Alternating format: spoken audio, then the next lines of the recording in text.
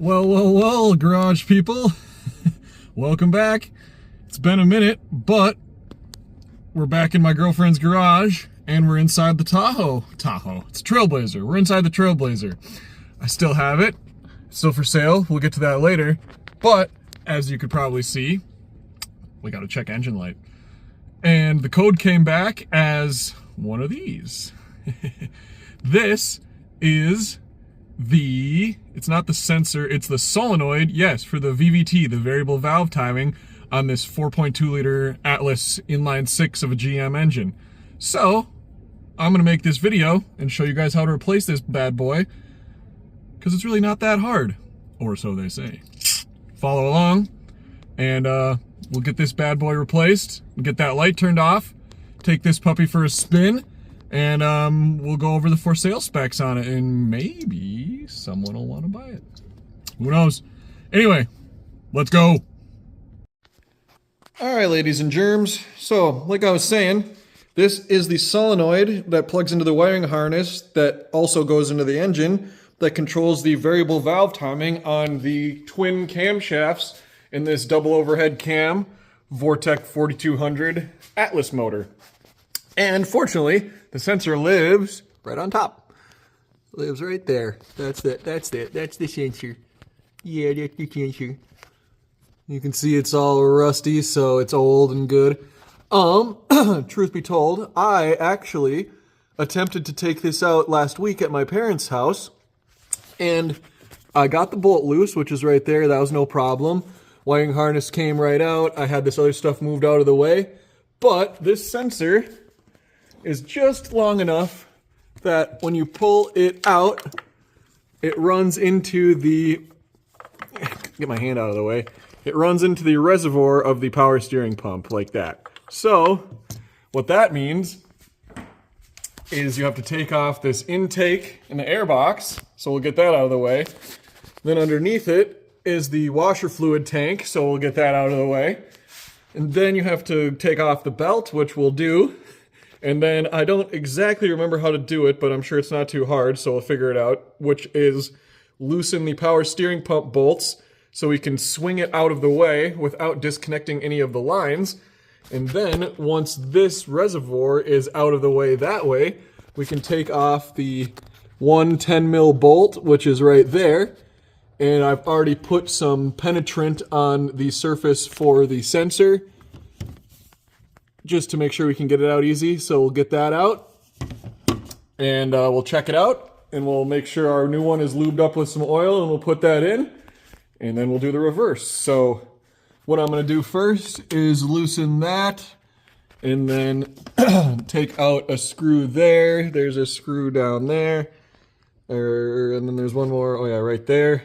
We'll disconnect this air hose right here.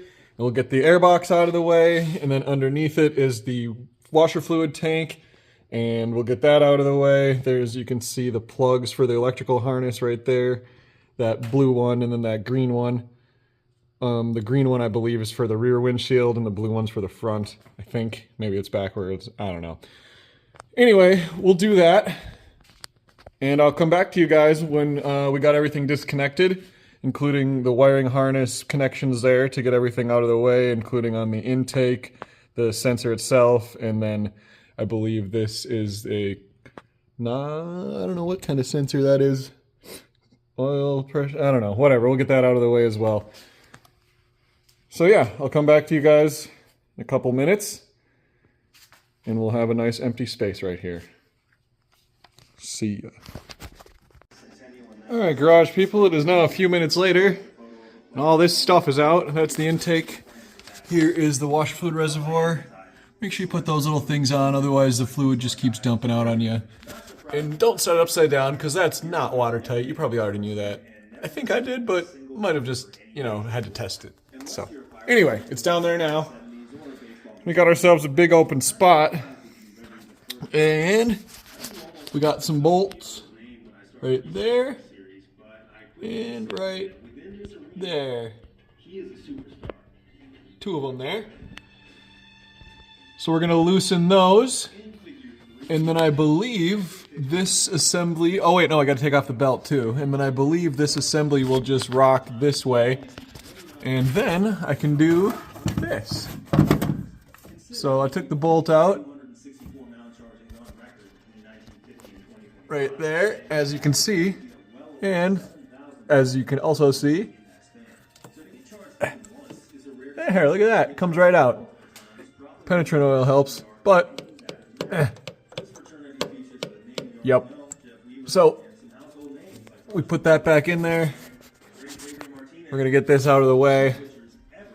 We'll pop that out, lube this up, put it in, and then I think I'm just gonna fire up the truck and see if the code resets, and if it doesn't, I will disconnect the battery and let that sit and do it that way. So yeah, good stuff. If you didn't already know, these little Vortec 4200s are just honeys of motors. They're super duper smooth and really overbuilt.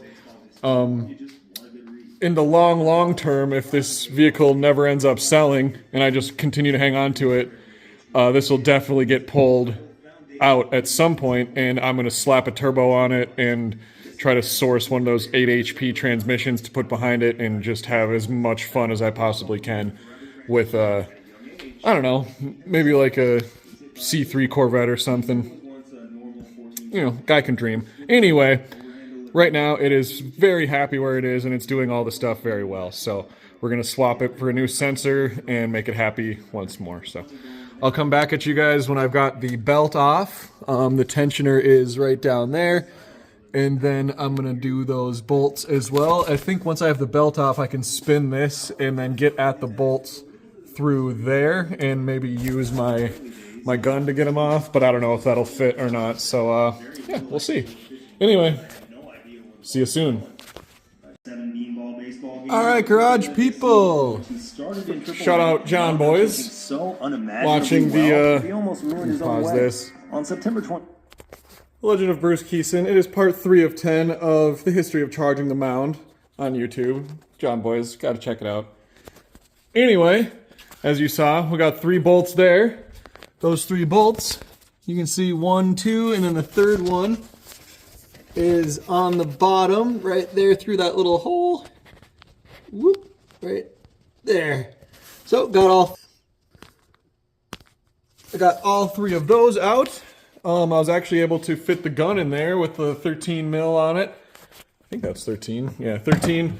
And get all those out, no problem. There were nothing was rusted in, and the gun reached them all, so didn't even have to bust my knuckles. So, without further ado, ta-da! Out with the old. And here's the new. Interesting. Looks like there's a little guard on this one or something. I don't know. Might mess with that a little bit. Got a little bit of oil on the radiator connector as I pulled it out. But yeah, that came out super easy. So I'm going to investigate that. See if that just snaps off. And if it does, I'll snap it on over. But it looks like there's filtration all the way around, if this will focus. If I go like that, yeah, there we go. That's a little better. Yeah, you can see the little holes there all the way around. So I'm wondering if this is just slightly different, older design.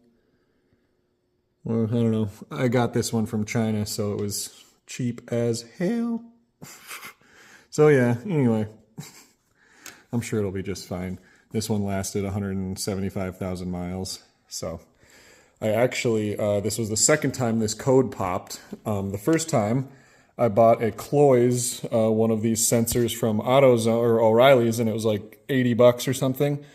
And before I could install it on the way home, the computer reset, and this sensor started doing its thing again. So I was like, okay, whatever.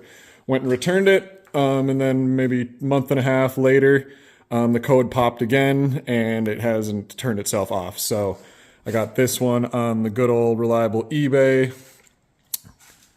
You know, sending my money to China. Who cares? Anyway, gonna lube that one up, pop it in, and do the reverse of the installation is reverse of removal. So we'll just do that, get all this crap back in here, and put the belt on, and we'll get this back out, and we can bring the Camaro back in, because that's currently sitting right outside. So new video on that coming soon.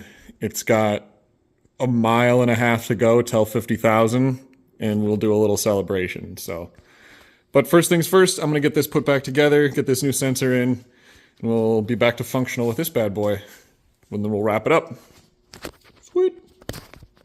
All right, garage people. Well, I'm back in the Trailblazer, and we are now outside of the garage, and everything is well. I ended up having to disconnect the battery to reset the computer, just to get rid of that code, and I restarted it, and the code is gone, and the sensor is working, and the idle is happy. Everything's good. Oil pressure is great. Excuse me. And we're gonna call it good. So yeah, good stuff there. I'll flip you guys around and we can verify the goodness, so to speak. All right. Oh.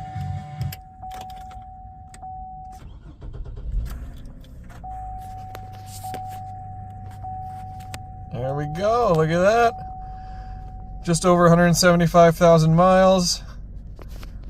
Everyone is happy. Still got 3,000 miles on the oil.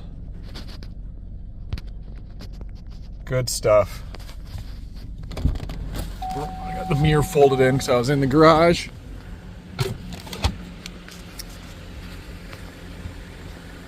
Yeah, she is happy as a clam.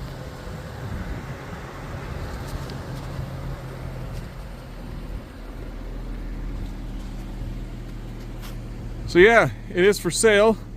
Just over 175k miles. Got a couple other videos on it. Obviously, four-wheel drive, which I did replace.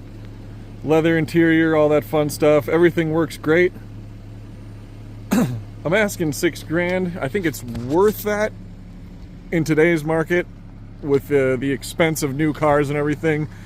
The powertrain in this, the Atlas inline 6 will go, and the powertrain, like, it's literally only halfway through its duty cycle, so it'll go for 300,000 miles, no problem, with just proper maintenance, which it's totally had up to this point. And it's got good oil in it now and a good filter, so as long as that's kept up with, all you'll need is new tires. Brakes eventually in, 70, 80,000 miles maybe, I don't know. Depends on how hard you drive it. I tend to take it pretty easy on the brake pedal, but yeah, so this car is for sale. Here's the number if you want to get in touch with that. 763-250-1137. Text or email whenever, or call, I suppose. Text, email, or message. Text, message, email, or call. Jeez. So yeah, happy little car. I've been driving it. I think I got it with like 173,000 miles, so I've driven it about 2,000. She's happy. So yeah, that'll do it for this video. Catch you guys later. Maybe with Camaro stuff? I don't know. See you next time.